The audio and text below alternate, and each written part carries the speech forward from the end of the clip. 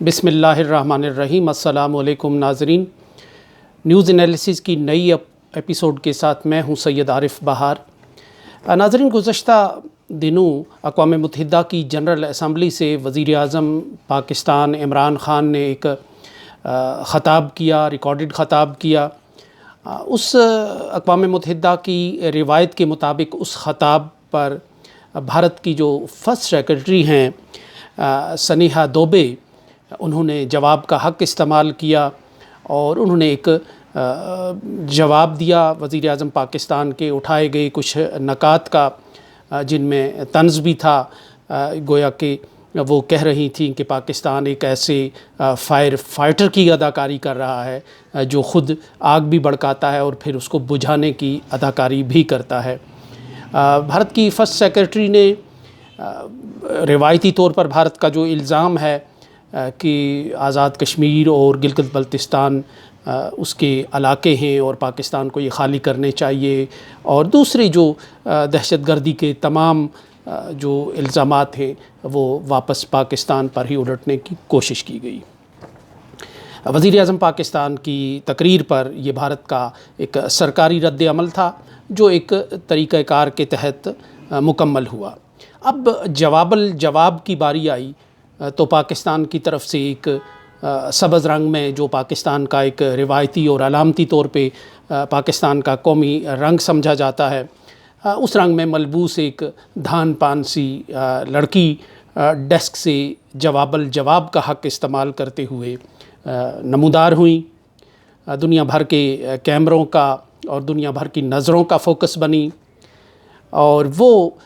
جو خاتون ہیں وہ کی بورڈ پہ کچھ انگلیاں ان کی چل رہی تھیں اور ان کے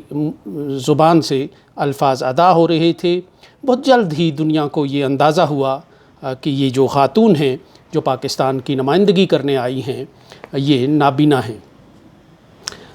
سائمہ سلیم پاکستان کی پہلی نابینا ڈپلومیٹ، بہت نپے تلے اور مدلل انداز میں پاکستان کا، اپنے ملک کا اور کشمیری عوام کا مقدمہ پیش کر رہی تھیں، اور وہ بھارت کے جواب کا بھرپور جواب دے رہی تھیں، اور جہاں ان کے دلائل کی کاٹ بڑی سخت تھی اور اس میں ایک حقیقت کا پہلو نمایاں تھا، وہیں سائمہ سلیم کی جو ایک خصوصی ایک حیثیت ہے، یا ایک اضافی ایک اللہ تعالیٰ نے ایک جو حیثیت دی ہے، وہ بھی لوگوں کی توجہ کا مرکز بن رہی تھی کہ کس طرح ان کی انگلیاں اس کی بورڈ پہ چل رہی تھیں، اور وہ یوں لگ رہا تھا کہ وہ لفظ بن رہی ہیں، جملے کے ساتھ جملہ بندھا ہوا ہے اور الفاظ اور جملے جو ہے وہ ہاتھ باندھے اس خاتون کے آگے کھڑے ہیں، اور وہ جیسے چاہتی ہیں وہ جملوں کا استعمال کرتی ہیں۔ کلبھوشن یادیو سے اجیت دول تک پاکستان میں جن لوگوں کا نام لینے پر شرطیں لگتی رہی ہیں، پارلیمنٹ میں شرطیں لگتی رہی ہیں، سائمہ سلیم نے بہت آسانی سے، بہت روانی سے وہ نام لیے اور دنیا کو ورطۂ حیرت میں ڈالا۔ بھارت کے اس موقف کا جواب دیا کہ جو آزاد کشمیر اور گلگت بلتستان ہے وہ کس طرح اس کا علاقہ ہے، اور مقبوضہ کشمیر میں اگر کچھ بھی نہیں ہو رہا تو پھر بین الاقوامی اداروں کو وہاں رسائی کیوں نہیں دی جاتی، وہاں پہنچنے کیوں نہیں دیا جاتا۔ سائمہ سلیم کی اس پرفارمنس پر پاکستان میں ہی نہیں دنیا بھر میں بہت اچنبھے کا اظہار بھی ہوا، خوشی کا اظہار بھی ہوا، اور بہت تجسس بھی پیدا ہوا لوگوں میں کہ آخر یہ ڈپلومیٹ کہاں تھیں اور کہاں سے نمودار ہوئیں، اور یہ کس طرح اس منصب تک پہنچیں، اور اللہ تعالیٰ نے جہاں ایک صلاحیت کم رکھی ہے تو وہیں ان میں بدرجہ اتم جو ہے وہ بولنے کی صلاحیت رکھی ہے، وہ جملے بنانے اور جملے بننے کی صلاحیت رکھی ہے، وہ اپنا مافی الضمیر بہت اچھے انداز سے ادا کرنے کی صلاحیت بخش کر وہ کمی دور کی ہے۔ سائمہ سلیم کی جو سکسیس سٹوری ہے وہ بڑی دلچسپ ہے، وہ پرآشوب ہے۔ ایک ایسے معاشرے میں کہ جہاں خود کو نارمل سمجھنے کا ایک رجحان غالب ہے، اور وہاں اس طرح کے جو اسپیشل لوگ ہوتے ہیں ان کے لیے اپنے لیے راستہ بنانا ایک بہت ہی کٹھن اور مشکل کام ہے، اور اس خاتون کو، اس بیٹی کو، پاکستان کی اس بیٹی کو بلا شبہ اپنے لیے وہ تیشہ فرہاد کے ذریعے اپنے لیے امکانات اور مواقع کی ایک نہر کھودنا پڑی۔ ہمیشہ سے اگر ان کی جو لائف ہسٹری ہے اس کا جائزہ لیں، ہم پروفائل دیکھیں تو ہمیشہ سے ہی یہ ایک ممتاز تعلیمی کیریئر کی حامل رہی ہیں، گولڈ میڈلسٹ رہی ہیں، اور جہاں اسپیشل بچوں کے لیے کہیں رکاوٹ درپیش آئی، کوئی دیوار کھڑی ہوئی، تو سائمہ سلیم نے نہ صرف عدالت تک کا دروازہ کھٹکھٹایا اس دیوار سے ٹکرانے اور اسے گرانے کے لیے، بلکہ پاکستان کے اعلیٰ حکام تک، جن میں صدر اور وزیر اعظم بھی ہیں، ان تک بھی رسائی حاصل کی، اور ایک اپنے جیسے لوگوں کے لیے ایک راستہ، ایک امکان اور موقع کا جو ایک شاہراہ ہے، ایک دروازہ ہے، وہ کھولنے میں کامیابی حاصل کی۔ یہ ان کی خداداد صلاحیتوں کے ساتھ ساتھ ایک اللہ تعالیٰ کی ودیت کردہ ایک اضافی صلاحیت ہے کہ وہ حالات سے ٹکرانے کا ہنر اور فن جانتی ہیں، اور پھر کامیابی بھی ان کا مقدر ٹھہرتی ہے۔ CSS کے امتحان میں پاکستان کی اس پہلی جو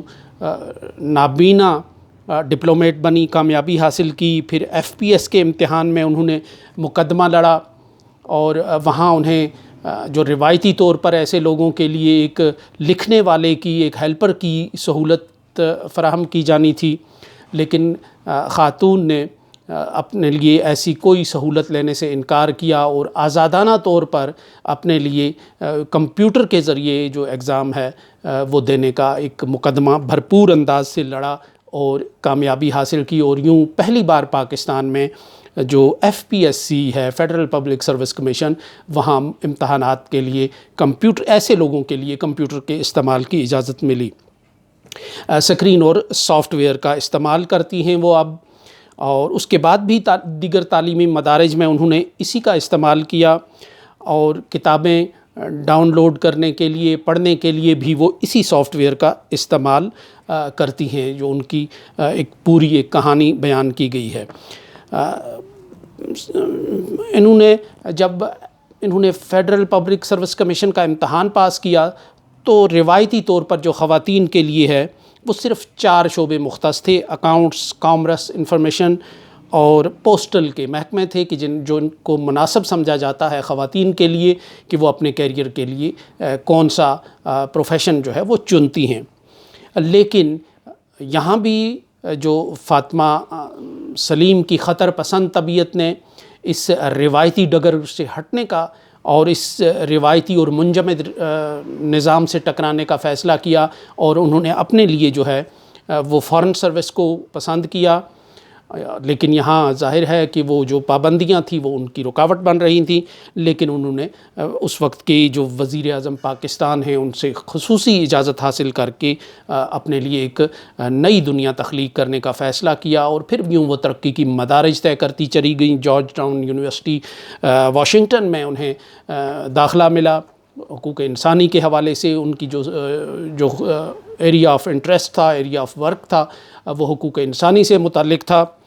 اور یہی وجہ ہے کہ وہ بہت کھل کر بولیں۔ کشمیر میں انسانی حقوق کے حوالے سے وہ ایک گہری نظر رکھتی تھیں، اور اس جو ایجوکیشن کے دوران جو انہوں نے اسٹڈی کیا اور جو مشاہدات ان کے ہوئے، اس نے انہیں بڑا کام دیا اس سٹیج سے، بین الاقوامی فورم کے سٹیج سے۔ تو اس کے بعد پھر امریکہ سے وہ جب مزید تعلیم انہوں نے حاصل کی تو پھر ان کا جو تقرر ہے